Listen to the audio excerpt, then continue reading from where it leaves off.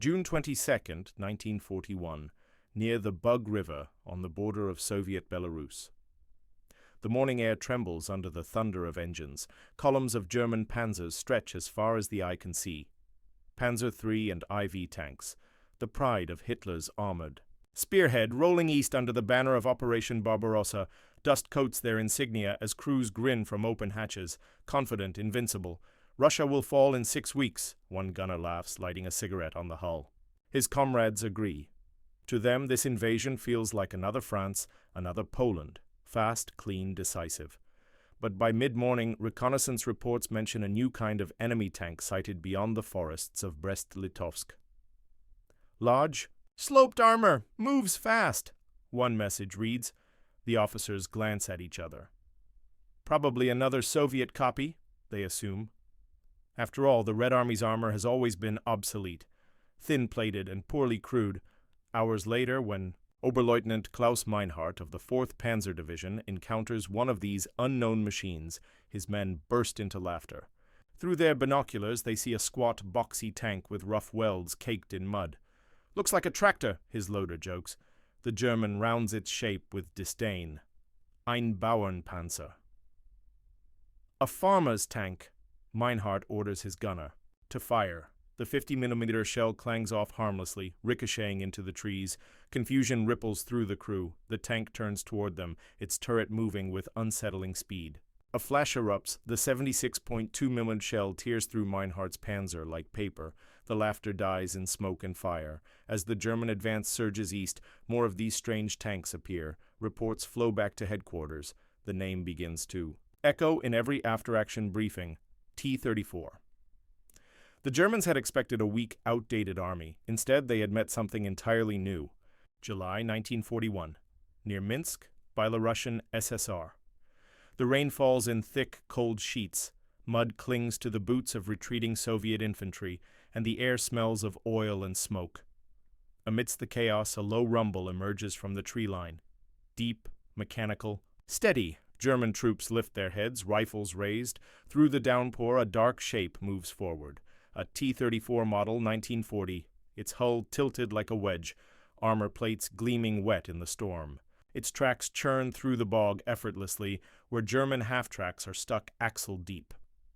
The tank's commander, Senior Lieutenant Ivan Petrov, peers through his periscope, voice steady. Target, Panzer column, load AP. Inside, the crew works in near darkness, the cramped turret echoing with every command. The loader slams a 76mm shell into the breech. The gunner squints into his sights and fires. The shell smashes straight through a Panzer III, setting it ablaze. The second shot disables another. The rest scatter, their 50mm rounds bouncing harmlessly off the T-34's armor.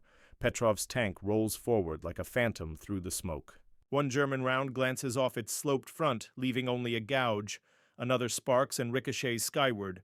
Inside the enemy's ranks, panic spreads. The myth of invincibility is cracking. Across the front, similar encounters unfold.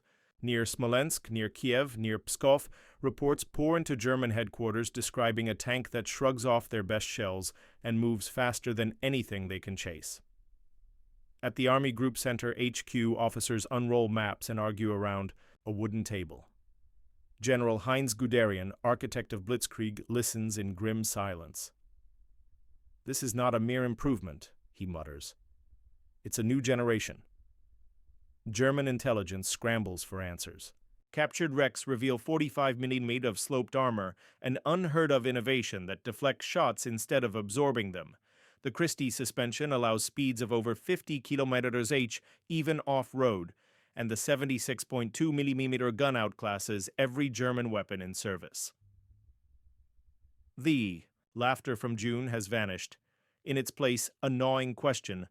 How had the Soviets, written off as backward peasants, built a machine that out-engineered Germany itself? By the time the first snow falls, the Wehrmacht realizes the truth. The T-34 isn't a curiosity, it's the future of tank warfare. Continue. December 1941, near Moscow. The temperature has dropped to 30 degrees Celsius. Diesel freezes in its drums, machine gun bolts seize like stone, and German soldiers huddle around small fires. Shadows of the once mighty blitzkrieg. Snow covers everything. The burned villages, the frozen bodies, the wrecks of Panzer III and I-4 tanks. Then, through the howling wind, comes the low growl of engines. The Germans lift their heads. Emerging from the swirling white mist are dark silhouettes, T-34s, their wide tracks gliding effortlessly over the snowdrifts that have immobilized the Wehrmacht's vehicles.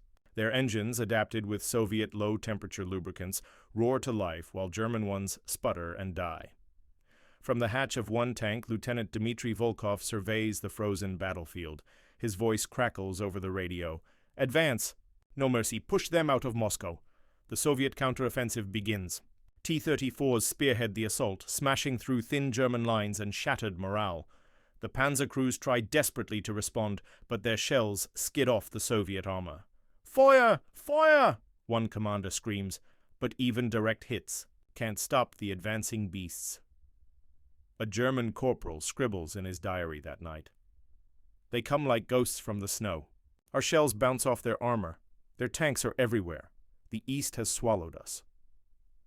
The T-34's wide tracks prove decisive, distributing its weight so evenly that it sails over terrain where German tanks sink. Its diesel engine resists. Freezing, and its armor, angled and resilient, turns the battlefield into a slaughterhouse for German armor. Within weeks, the Soviet counterattack drives the Germans back more than 100 miles. For the first time since the war began, the Wehrmacht retreats in defeat. Behind every victory, one machine defines the new Soviet resilience, the T-34. In Berlin, General Guderian writes in his memoirs, "We had nothing equal to the T-34. Our panzer divisions were no longer the hunters, they had become the hunted." Summer 1942, south of Kharkov, Ukraine. The sun burns over the steppe, turning the fields to dust. The sound of engines and treads echoes across the plains, but this time, it's not the invincible German advance of 1941. The Wehrmacht's armored spearheads are slowing, worn thin by a year of brutal combat and an enemy that refuses to break. On a ridge overlooking the battlefield, Major Otto Riedel, commander of a Panzer IV company, studies his field glasses. Below him, a formation of Soviet tanks moves through the heat haze. Their shapes are unmistakable now, low, sloped, deadly. "Verdammt, noch mehr T-34s," he mutters. His radio crackles to life. "They're everywhere, Major," reports one of his platoon leaders. "They hit us from the flanks. We can't outmaneuver them anymore." The myth of German superiority has dissolved into grinding attrition. Every village, every hill, every bridge becomes a steel graveyard. The T-34s roll relentlessly, their armor still frustratingly impervious to the German 50mm and short 75mm guns. Even when destroyed, their hulks litter the landscape like silent monuments to Soviet endurance. At Stalingrad, hundreds of T-34s roar from hidden factories in the city's outskirts, built incredibly under bombardment. The Stalingrad tractor. Factory and Dzerzhinsky plant operate day and night, producing tanks faster than the Luftwaffe can destroy them. Mechanics weld plates under candlelight. Women drive finished tanks straight from the assembly line into combat, sometimes without paint, sometimes without even turrets.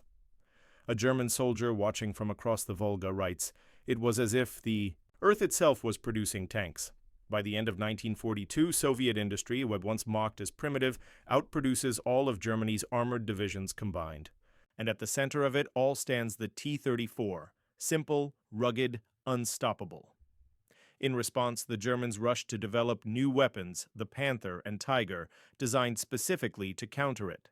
But while those machines are masterpieces of engineering, they are also overcomplicated, expensive, and slow to build. For every Tiger that rumbles to the front, the Soviets field 10 T-34s. The balance of power is shifting, and as 1943 dawns, it will be tested on a scale the world has never seen. In a place called Kursk, July 5, 1943, dawn over the steppes near Prokhorovka, western Russia. The rising sun glows red through the morning haze, catching the outlines of more than 3,000 tanks waiting silently across a vast field. The grass shivers under the weight. Of history, the largest armored confrontation the world will ever see is moments from ignition. On one side, the Germans, battle-hardened divisions of Army Group South, led by Field Marshal Erich von Manstein. Their spearhead includes the new Panther and Tiger tanks, monstrous machines designed specifically to destroy the T-34. On the other, the Soviets, thousands of T-34s massed in defense, commanded by General Georgy Zhukov, dug in deep behind. Miles of mines, trenches, and anti-tank guns. At 5:30 a.m., the horizon erupts. German artillery opens up, followed by tank engines roaring to life. Columns of Tigers and Panthers roll forward, firing as they go, their shells slamming into the Soviet lines. But the Red Army has been waiting. From behind ridges and camouflage pits, T-34s surge forward, dozens at first, then hundreds. Dust and smoke blur the horizon as formations clash head-on. The air fills with the scream of ricochets, the boom of cannons, and the roar of engines pushed to their limits. Inside one T-34, Sergeant Nikolai Sokolov grips the controls, knuckles white.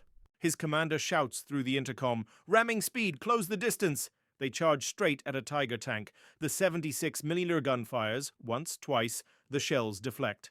The Tiger's return shot rips open the earth beside them. Then, Sokolov jerks the controls hard, slamming his tank into the Tiger's flank.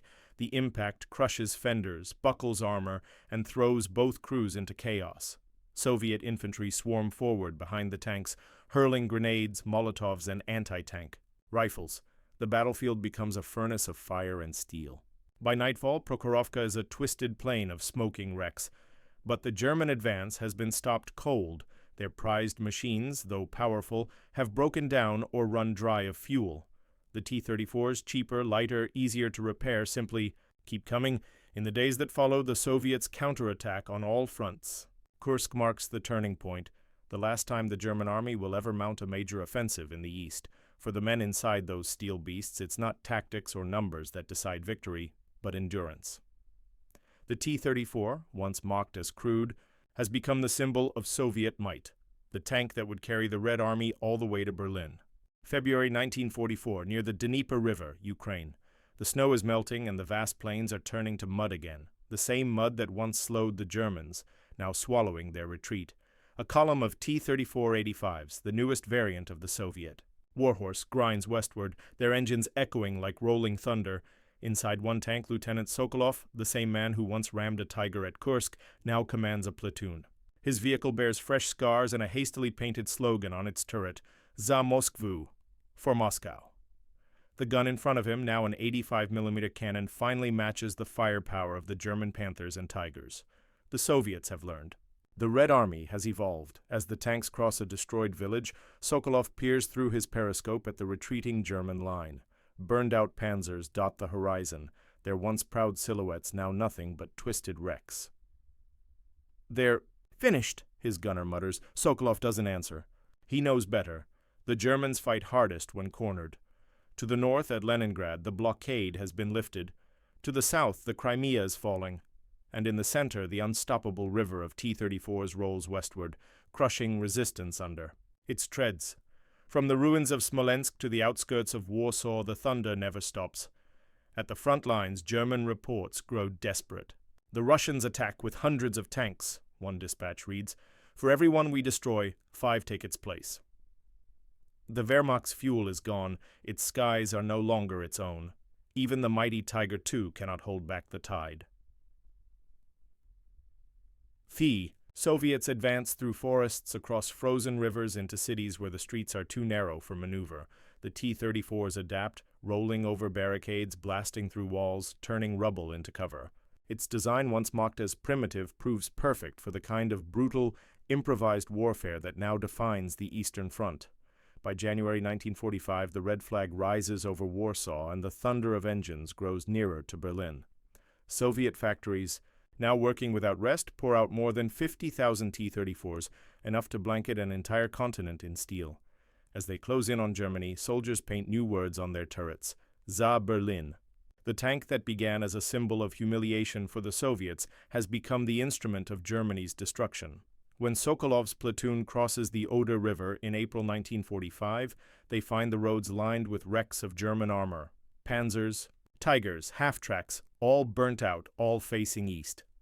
The same direction the laughter once came from, Berlin lies ahead. and the T-34, the farmer's tank, will be the one to finish the war. May 2nd, 1945, Berlin, Germany. The city burns. Smoke rolls between shattered buildings, blotting out the sky. Amid the rubble, the low growl of diesel engines grows louder, not one, but hundreds. From the east, T-34s advance in formation. Through the ruins of the Reich's capital, their tracks grinding over cobblestones and the wreckage of fallen walls.